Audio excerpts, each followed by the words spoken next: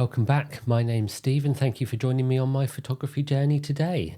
Following on from last week's video about opening your new camera for the first time and using it to take some pictures, I'm going to talk about some of the accessories that have become part of my kind of normal workflow over the last year or so. Some of them I've had the whole time, some of them are a lot more recent than that. So I'm going to go through 10 just because it's a nice round number. So these are the 10 that I'm going to look at with their timestamps, so you can just skip around if that's more of interest to you. But let's get started with number 1. And these are in no particular order, but number 1, a tripod.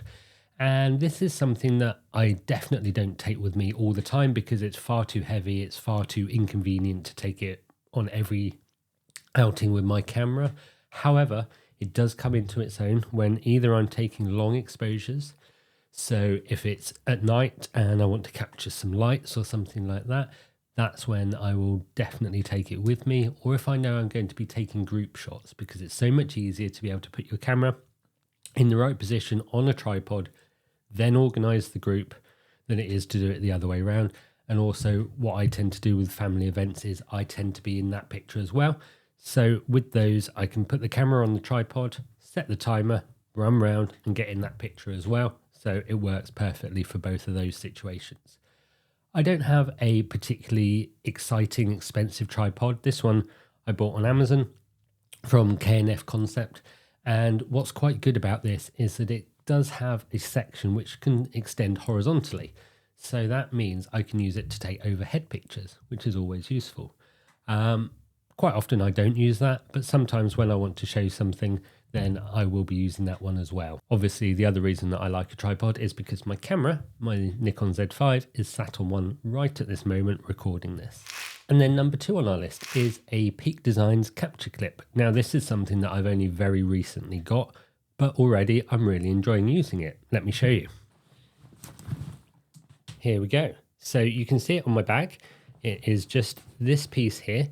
And what that does is allows my camera with its base plate for the tripod to just clip into here, and then I can carry it on my bag. Nice and straightforward. Makes life a lot easier when I'm traveling, when I'm walking around and want to just take some pictures. Now, the clip itself is nice and straightforward. All you do is turn these little clips, these little screws, and then you can slide it on or off. So you've got this area for the camera to clip into, it just slots in here, and then to keep it safe, you've got this button that you need to press in order to release it. So nice and straightforward.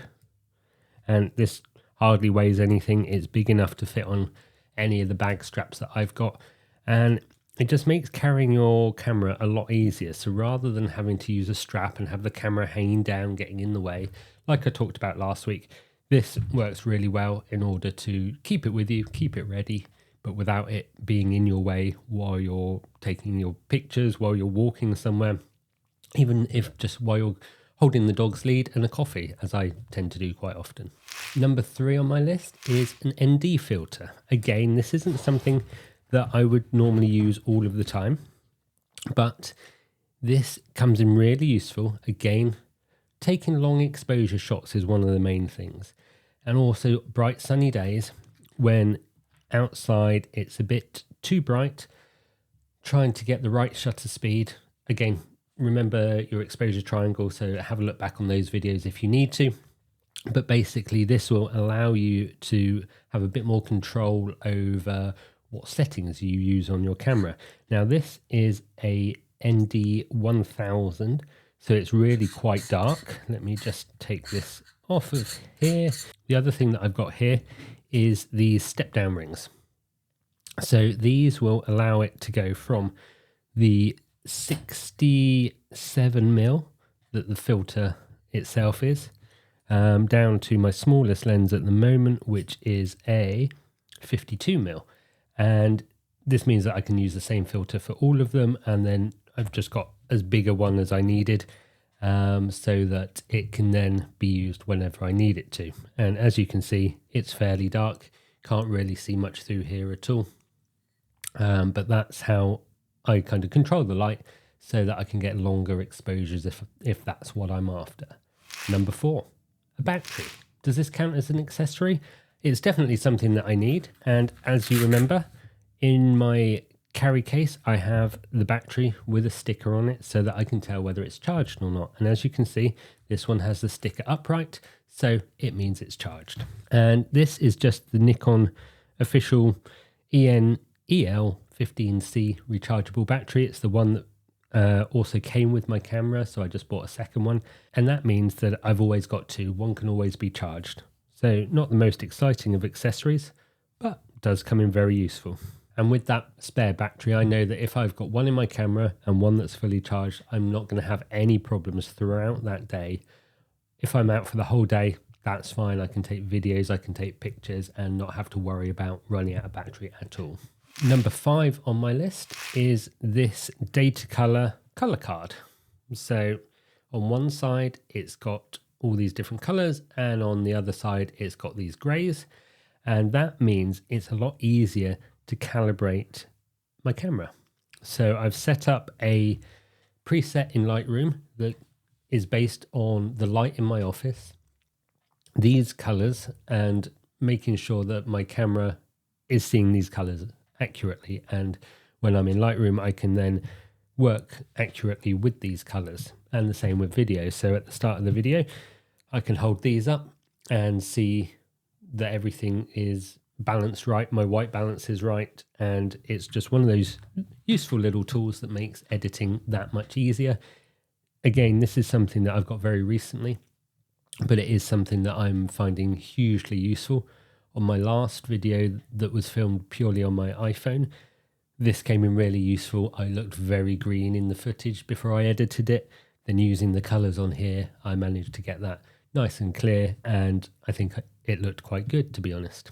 Obviously, if you think different about that, leave me a comment and let me know. Number 6 on the list is a 5-in-1 reflector. This is something that I've thought about getting for a while, but never quite got around to it. And let me show you. Here it is. And this is what I've got. So one side is black, one side is silver, and then inside here, we have a gold, a white, and a diffuser. So lots of different options on here, and what I tend to do is have it to the side to fill in that extra bit of light. For example, at the moment I've got it hanging up to my side over here, so that this is just providing that little bit more light on this side of my face, just to try and balance out my shot a little bit more. Moving it around will change things, particularly on the background over my shoulder. You can see things are a little bit brighter when that's in position. So that's what I'm using. It's really good for working with daylight, particularly when you don't have many lights yourself. So I have a window, I have one light down here, one light over there, and another one that's used on this reflector. And that's it. So I'm having to make the most, reflecting that light around, potentially diffusing it, blocking it out if I need to. And the reflector just gives me that little bit more control over the light, because of the big window, it's not always the easiest thing to control in here. And with that, I've got the option of doing a bit more with it. Number 7 on the list is an L bracket. And this is an L bracket. This is really useful for when you're out taking landscape pictures. That's when I find it useful. That's the time that I will actually attach it to my camera. Most of the times I just use the clip that fits into the Peak Designs capture clip. But when I'm going out to take pictures of landscape, and I know that I'll be wanting to go from landscape to portrait orientation pictures, then that's when I will put the L bracket on. It just gives your camera that bit more stability when you are using it in portrait mode. Obviously, it adds a bit of bulk, a bit of weight to your camera, so I only put it on when I know I'm going to be using it. So that means taking my tripod, taking the L bracket, and going out to take some landscape pictures. Number 8 on the list is, very exciting, a USB-C cable. Now, this is really useful. I've always got one in my camera bag with me, because the main things are that you can charge your camera, you can transfer your pictures, potentially charge your phone, iPad, I mean, it's got loads of uses, so I've always got one with me. Main things I use it for are using an external power bank with my camera in order to give me more battery life if I need it, or like at the moment, it's plugged into USB-C power while I'm filming this so that I know it's not going to run out of battery. Transferring pictures, that's an easy thing to do with it as well. Your camera just appears as an external drive on your computer. Transfer the pictures over, nice and straightforward. And more than once, I've sat down to eat some lunch in a cafe, had my laptop out, plugged my camera into it with the USB-C. It charges, I can transfer pictures. Perfect situation, really. Number 9 on my list is a Peak Design strap. This, again, I mentioned last week, but this is really quite useful because it comes with these quick release tabs. And these make taking it on and off so much easier. One side, you've got this clip, and the other side, you've got this tab. And together, those two make taking your strap on and off of your camera really easy. And as you can see, I've got some of these clips, some of these toggles on my camera bag, my small camera bag, so that when I'm carrying that around, I can use the strap on it. If I want to change and use the strap on my camera, that's easy enough to do as well. So again, nice and straightforward, nice and convenient to be able to chop and change whether I want to use them or not. To be honest, the biggest downside to this one is that it's quite a thin strap. So I will probably upgrade to one of the thicker straps in the future so that they're a little bit more comfortable, but this is absolutely fine for now. And finally on our list, number 10 is a website. Again, does that count as an accessory? I think it's great because Instagram, Vero, anything like that isn't where you want to display your pictures. You have no control over the compression, over who sees them and things like that. So it's great that lots of people see your pictures, but it's not your portfolio. Your portfolio should be something that you are completely in control of, and people only see what you want them to see. So that's where my website comes in, and I can show off my pictures to friends and family. If I'm taking pictures of a particular event, I can put them all on there in a gallery so that the people who have been at that event have somewhere to go to download the pictures. It's got a shop if I want to sell these pictures.